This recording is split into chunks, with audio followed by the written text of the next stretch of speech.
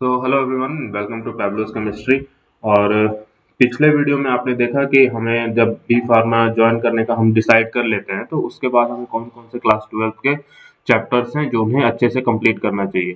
ठीक है, उसी वीडियोस का ये पार्ट 2 बोल सकते हो। इस वीडियो में मैं बता रहा हूँ कि दो चैप्टर्स जो और मुझे बाद में थोड़ा याद आया, वो चैप्टर्स आपके हैं बायोटेक्नोलॉजी। ठीक है, बायोटेक्नोलॉजी। और इसके साथ साथ एक और चैप्टर है microbes in human welfare. Microbes in human welfare. ठीक है, मतलब बेसिकली मेरे बोलने का मतलब है कि ये सारे जो चैप्टर्स है, जैसे बायोटेक्नोलॉजी चैप्टर्स है, तो इसमें जो बेसिक बेसिक टर्म्स है ना आपके, वो आपका एक सब्जेक्ट होता है फार्मास्यूटिकल बायोटेक्नोलॉजी। तो उसको कवर करने में ये चैप्टर आपका बहुत हेल्प करेगा कि आपको बेसिक्स के आइडियाज होंगे। ये क्लास 12 का चैप्टर है एनसीईआरटी बायोलॉजी बुक का। और माइक्रोब्स इन ह्यूमन वेलफेयर उस चैप्टर में हेल्प करेगा। वहां पे एक आपका सब्जेक्ट है फार्मास्यूटिकल माइक्रोबायोलॉजी करके। ठीक है, तो उस माइक्रोबायोलॉजी चैप्टर में आपको ये माइक्रोब्स इन ह्यूमन वेलफेयर वाला जो पार्ट है वो हेल्प करेगा। कुछ बैक्टीरियाज और कुछ वायरसेस का जो मैकेनिज्म है वहां पे, वो उसमें मेंशन किया हुआ है। ठीक है, तो ये दोनों चैप्टर्स भी आपको अच्छे से कवर करना है।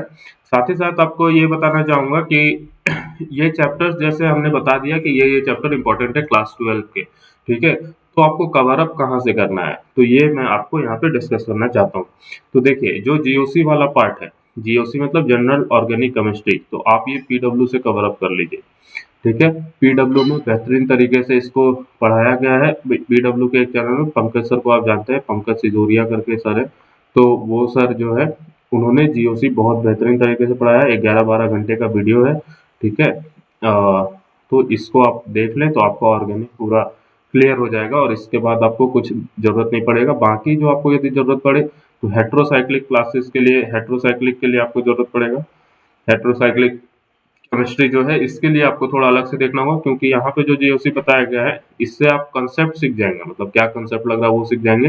हेट्रोसाइक्लिक थोड़ा अलग होता है क्योंकि इसका स्ट्रक्चर, इसका नोमेनक्लेचर सब, और ये क्योंकि ये 12th के सिलेबस में नहीं है एज सच, तो उसमें हेट्रोसाइक्लिक उतना ज्यादा बताया नहीं जाता है। ठीक है, तो हेट्रोसाइक्लिक आपको अलग कहीं से पढ़ना होगा। इसके लिए आपको किसी कोर फार्मेसी चैनल में जाके एक बार आपको देखना होगा, या तो पेड कोर्सेज भी मिल जाएंगे या फिर फ्री में भी अवेलेबल है। तो आप एक बार जीडीसी क्लासेस में जाके एक्सप्लोर कर सकते हैं, या फार्मेसी इंडिया टाइप से जो क्लासेस है उसमें देख सकते हैं, डॉक्टर पी के क्लासेस में देख सकते हैं। तो हेट्रोसाइक्लिक वहां पे है।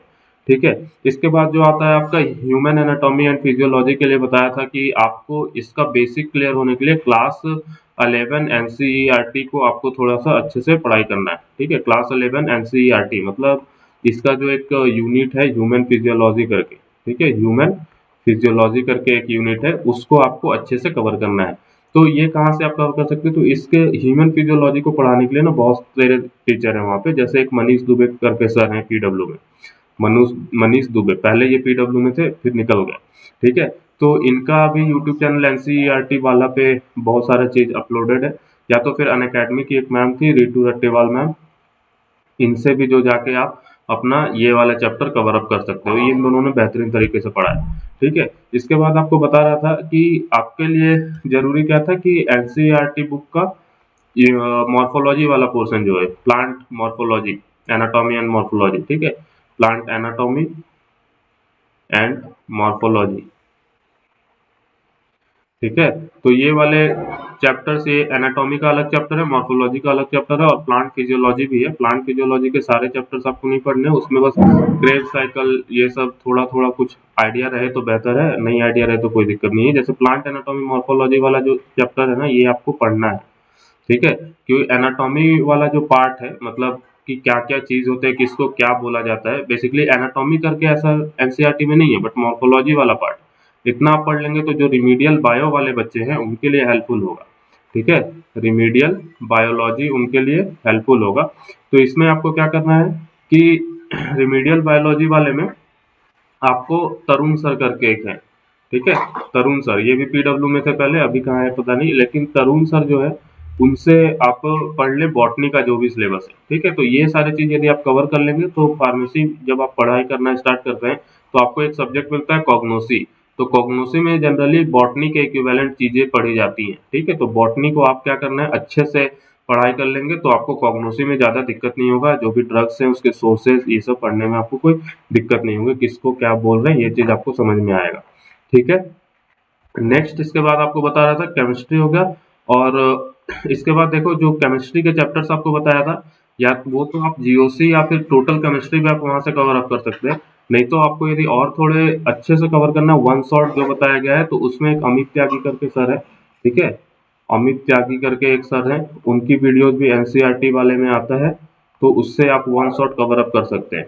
ठीक है, वन शॉट कवर कर ले जो जो चैप्टर्स आपको वहां पे बताया था, तो इतना आप कवर अप कर लेंगे तो आपका एक अच्छा बेस बन के जो है तैयार हो जाएगा। और अब बी फार्मा के लिए प्रॉपर मतलब आपको वहां पे कोई दिक्कत नहीं होगा। जैसे मान लीजिए कि जो भी टर्म्स टीचर बोलेंगे आपको पढ़ाने के लिए, वो आपको ऑलरेडी आ रहा होगा, तो इससे आपका टाइम सेव होगा और एक बेहतरीन मतलब अंडरस्टैंडिंग भी मिलेगी उस कोर्स के रिगार्डिंग। इसके बाद आपको बोल रहा हूँ कि जो भी टाइम बचे और धीरे धीरे आप जब उस कोर्स में अच्छे से समझ में आने लगेगा, तो जैसे बहुत सारी वैकेंसीज आती है, तो उस वैकेंसीज में आप ऑलरेडी बहुत लोगों से आगे हो जाएंगे। क्योंकि मेन जो लोग फंसते हैं वो लोग अपना मतलब बेसिक में फंसते हैं कि उन्हें केमिस्ट्री बेसिक पता नहीं है, तो इसलिए उनके लिए वो सब चीजें जो है डिफिकल्ट होती जाती है। ठीक है, अब इसके बाद जो आपको बताया जा रहा है कि क्लास 11 के कुछ पोर्शन थे रेडॉक्स और ये सब, तो ये सब भी आप पीडब्ल्यू के किसी भी चैनल से, या फिर कोई एक और केमिस्ट्री फॉरम करके एक चैनल है।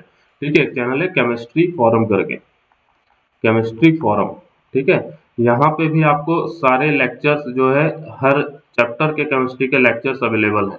ठीक है, तो ये भी आप देख सकते हैं। ये चैनल थोड़ा अंडररेटेड है, मतलब ये बहुत अच्छा चैनल है। ठीक है, ये उतना ज़्यादा फेमस नहीं है, लेकिन आप इसको क्या करेंगे, अच्छे से क्या करेंगे, खोजेंगे जाके यूट्यूब पे केमिस्ट्री फॉरम, तो अभी शायद 66 या 67 के सब्सक्राइबर्स हैं यहाँ पे, और लेक्चर्स इसमें बहुत अच्छे हैं। आप जाके एक बार देखें तो आपको रिलेट करना आप स्टार्ट कर देंगे डेली लाइफ एग्जांपल्स से। बेहतरीन तरीके से यहाँ पे समझाया गया है। ये चैनल भी नीट जेई वालों के लिए है ज़्यादा, तो आप यहाँ से बस अपना काम भर का देखें और वहाँ से फिर बाहर निकलें। ठीक है, तो ये हो जाएगा आपका लेक्चर कवर अप हो जाएगा। इसके बाद रेडॉक्स रिएक्शन भी जैसे बताया था, रेडॉक्स भी आपको पढ़ना जरूरी है। रेडॉक्स पढ़ लिए और इलेक्ट्रोकेमिस्ट्री पढ़ लिए, तो ये सारे चीज आप यहाँ से भी कवर अप कर सकते हैं। इसमें जीओसी का भी कंटेंट दिया हुआ है, तो जो जो चीज आपको, ये चैनल भी एक बार आप प्रेफर कर सकते हैं, यहाँ से भी चीजों को देख सकते हैं। ठीक है, इसके बाद आपको बता रहा था जो भी कॉम्पिटिटिव एग्जाम्स है, जैसे डीआई का एग्जाम हो गया, तो इसमें आप अपने आप दूसरे लोगों से क्या होंगे, आगे निकल जाएंगे। ठीक है, और साथ ही साथ गेट एग्जाम के बारे में आपको बताया था कि गेट एग्जाम होता है, तो आप गेट लाइफ साइंस एग्जाम और गेट केमिस्ट्री एग्जाम देने के लिए एलिजिबल हो जाते हैं जब आप फार्मेसी कंप्लीट करते हैं। ठीक है, बी फार्मा कंप्लीट करते हैं तो आप ये दो सब्जेक्ट के लिए गेट के लिए एलिजिबल हो जाते हैं। गेट आप देना चाहेंगे तो भी आपका प्रिपरेशन इतना यदि पढ़ के अच्छे से पढ़े हुए हैं, तो आपका गेट का बहुत सारा क्वेश्चन जो है इजीली बनने लगेगा। क्योंकि गेट के सिलेबस में भी ये सारे चैप्टर्स जो हैं, लाइफ साइंस की बात कर रहा हूँ, गेट लाइफ साइंस में इससे हेल्प मिल जाएगी आपको। ठीक है, और यदि गेट केमिस्ट्री के लिए करना है तो इसमें थोड़ा आपको और एडवांस लेवल का केमिस्ट्री पढ़ना होगा।